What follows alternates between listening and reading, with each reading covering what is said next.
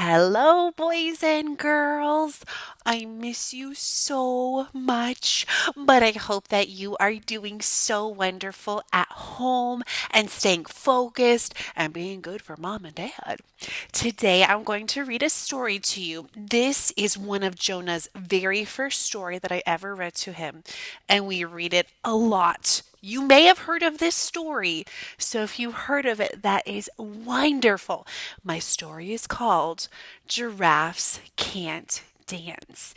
If you have this story at home, feel free to grab it and you can read with me. So here we go. Giraffes Can't Dance. Gerald was a tall giraffe whose neck was long and slim, but his knees were awfully crooked, and his legs were rather thin. He was very good at standing still and munching shoots off trees, but when he tried to run around, he buckled at the knees. Now, every year in Africa, they hold the jungle dance, where every single animal turns up to skip and prance. And this year, when the day arrived, poor Gerald felt so sad because when it came to dancing, he was really very bad. The warthogs started waltzing, and the rhinos rock and rolled. The lions danced a tango that was elegant and bold. The chimps all did a cha-cha with a very Latin feel, and 8 baboons then teamed up for a splendid Scottish reel. Gerald swallowed bravely as he walked toward the floor, but the lions saw him coming, and they soon began to roar. "Hey, look at clumsy Gerald," the animals all sneered. "Giraffes can't dance, you silly fool. Oh, Gerald, you're so weird." Gerald simply froze up. He was rooted to the spot. "They're right," he thought. "I'm useless. Oh, I feel like such a clot." So he crept off from the dance floor and he started walking home. He never felt so sad before, so sad and so alone.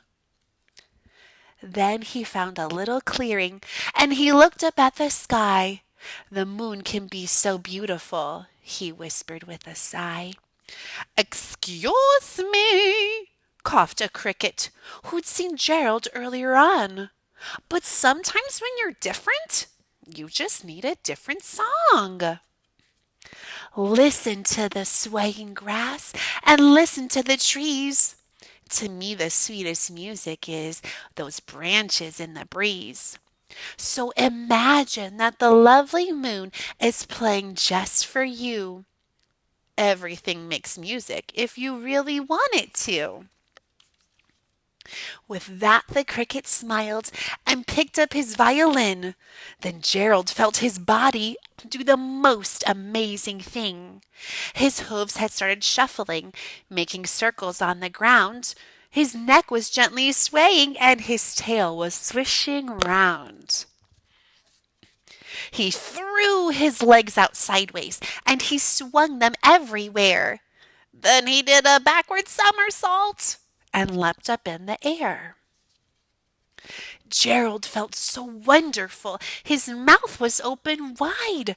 "I am dancing. Yes, I am dancing.